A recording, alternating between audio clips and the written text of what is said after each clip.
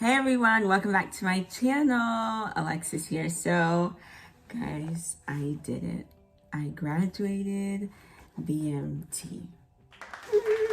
I did it. And so right now I'm currently at my tech school base, which is Fort Sam, Houston. I've only been here for 4 days. So I wanted to make this video to share my experience with you, number one. 2, share what will help you when you go to BMT. And 3, answer the questions that you guys asked on my last video. And I want to say thank you so much for watching my initial video. I appreciate the love. I'm so glad that you guys asked questions. And I'm so excited to answer them and share and continue to share my journey with you all. So first things first, my experience.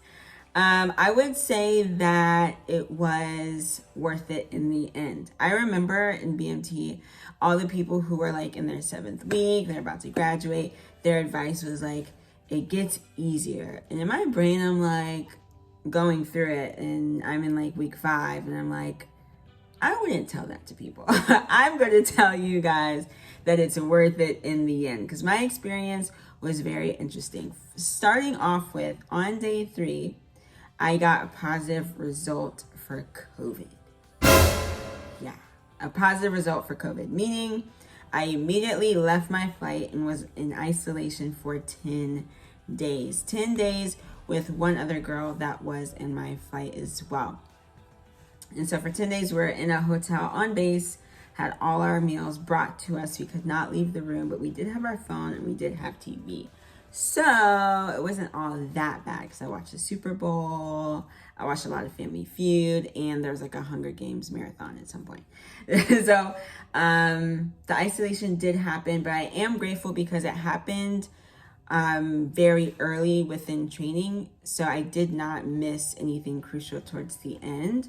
I only end up missing week 1 because when you get there, you start in 0 week. And so my isolation crossed into week 1 and I got back and still had to catch up, but it's much better to get it in the earlier weeks so you're not recycled later on because that would suck.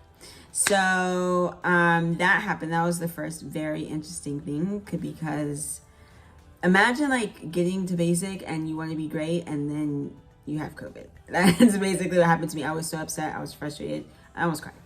So that happened. And then the next part of my experience, which is the highlight of my experience, would be I was able to see my sister graduate. Now, if you didn't know, no one right now is allowed to go to your graduation. And it's so sad because I went to my other sister's BMT graduation like 2 years ago, and it was beautiful. They had a parade, they had a run, they had all these, you could spend time with them, but all of that stuff is really canceled out and no family can come.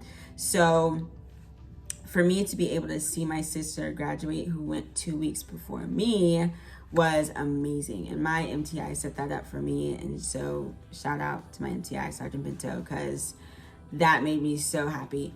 That was a great part of my experience. And then lastly, I end up receiving honor grad, honor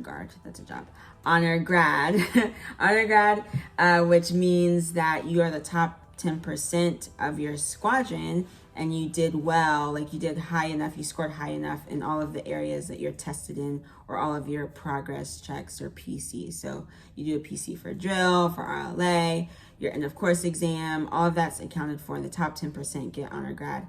And so I was able to receive that and a Thunderbolt award, which is like a PT award, and it's based off of your PT score. If you get a certain score, then you get the Thunderbolt award. So I wanted to show you first my BMT coin. Okay, so this is evidence that I went to basic military training and did it. And then this is my honor grad coin too, and it's actually bigger than the BMT coin. Interesting, huh? So that's that. And I want to say about the honor grad, do your best. If you don't get it, don't feel bummed out. Don't feel sad. Don't feel like you're lesser than anyone else because we're all on the same level. And so if you get it, amazing. If you don't, you still did amazing. You graduated BMT, okay? So yeah, but if you do get honor grad, don't be that person that's like, it went to their head, right? Don't be weird. Okay, so just a little side note on that. Now, I will share my challenges with you because I think it's important. I would say the experience overall, BMT wasn't, I wouldn't call it difficult for me, but it was tedious. Like the things you have to learn as far as RLA and stuff like that. And my most challenging part was being around people 24/7 all the time, and females at that. Okay, so that was my challenge, just being able to not let the things that happened in my flight like get to me or annoy me all day, every day, and to be around so many different types of people, some that I gelled with really well, some that clashed with my personality. So that just was a challenge. That was the hardest part for me. And going in, I asked my sister, who's graduated BMT like 2 years ago, I asked her from jump, what do you think I would struggle with the most? And she said it was probably going to be the girls. And I'm older at that. So that was an interesting dynamic, but we made it. We made it. So that was my experience. I'm so glad that I did it. It was worth it. But I did have that struggle, and it was tedious. Now, what will help you when you go to BMT? I have notes, so that's why I'm looking at it. But one thing is being in shape, okay? If you're not going to the gym, if you're not running, if you're not doing push-ups and sit-ups, do them now. Have some sort of base before you go, because I did not do nearly as much PT as I imagined. First, starting off with isolation, that was 10 days of having to do little like workouts on YouTube from my phone. And then my entire BT experience only had one run day before, I think it was one run day before my final PT test. One run day. Okay, so thankfully I'm in shape, and so I wasn't stressed and pressed, but there's a lot of people in my flight that were stressed and upset and nervous for their PT test, because they would fail the first one and then they would be like rolling the dice on the final test. So make sure that you are doing something for your physical activity, so that that's not a weight that you have to carry and stress about while you're there. Thankfully, everyone in my flight passed the final one, but you only get 3. So you get 3 PT tests, and the last one, if you fail it, you get one more retry. But after that retry, if you fail again, then you have to be recycled, which means you have to go to another flight and like delay your graduation date, and we don't want that. So make sure you're doing something for your physical activity, because you may not get as much PT, and you may not be able to depend on the PT at BMT to get you to where you need to be. Yeah. Secondly, the second thing that'll help you is to listen. All right, sounds simple, but people would get blown up because they simply didn't listen. So listen and execute the instructions that your instructors give you, even the instructions that your element leaders and your dorm chief are giving you, even if you don't like them, even if you don't gel with them, because it's not an individual effort when you get to BMT. It's all about teamwork and being with your wingman and operating as one flight. So if one person messes up, the whole flight feels it. You know what I'm saying? So listen and execute. Be attentive, be aware, do what you're supposed to do, and you won't have too many problems. Okay, that's very helpful. Also, go into BMT knowing what your why is, why you joined the military, why the Air Force was your choice, why you're there, because at some point, everyone has a point in their BMT experience where they're like, I don't want to be here. I want to go home. I had that point too. My point was at week 5. I was good week 1, week 2, week 3, week 4. Week 5, I was like, yeah, I'm annoyed and I want to go home. Okay.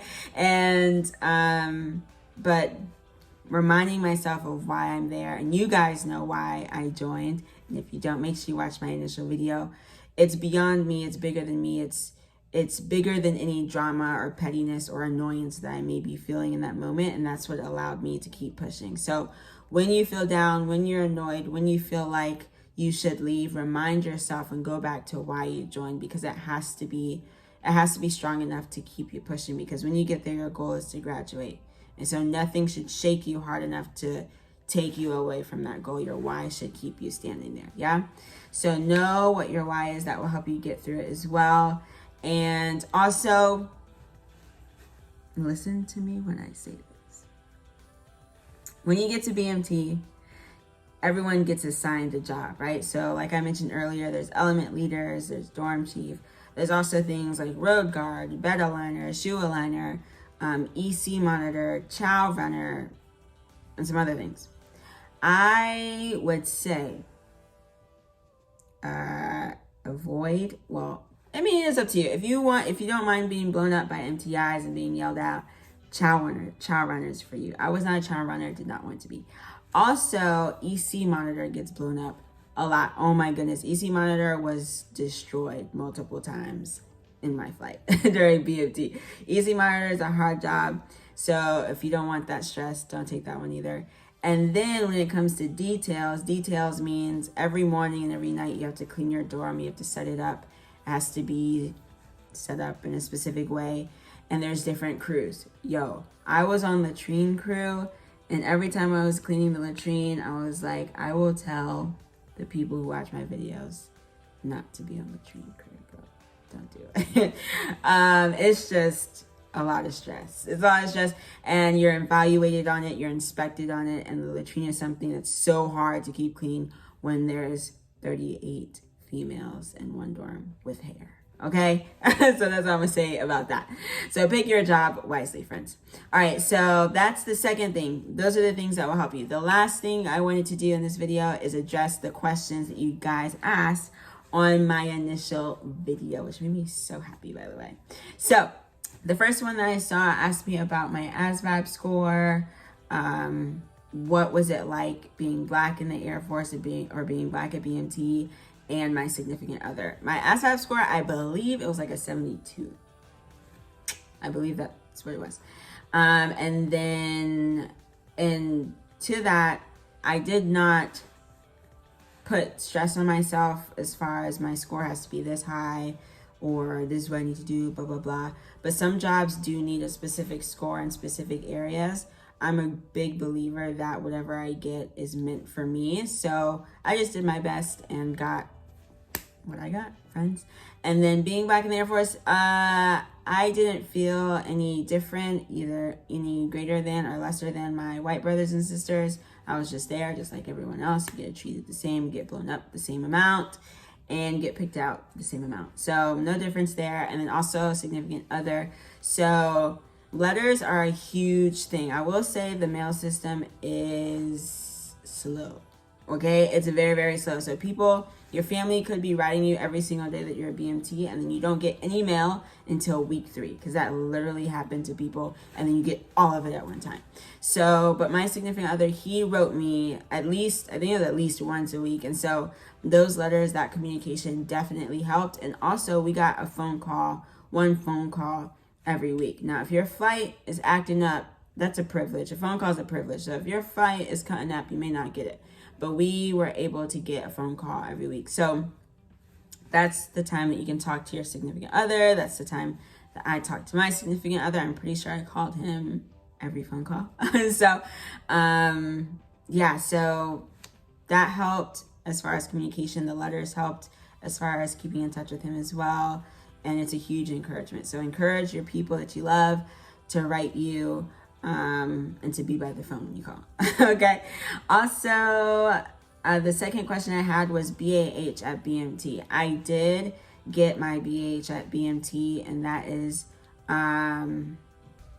basic allowance for housing.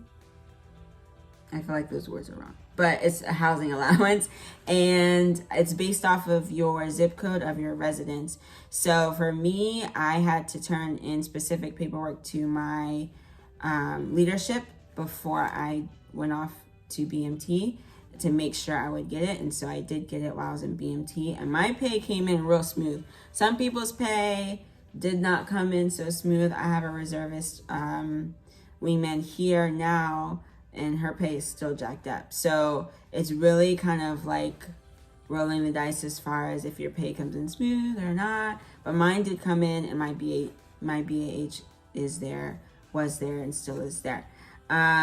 Also, another question was housing for reservists.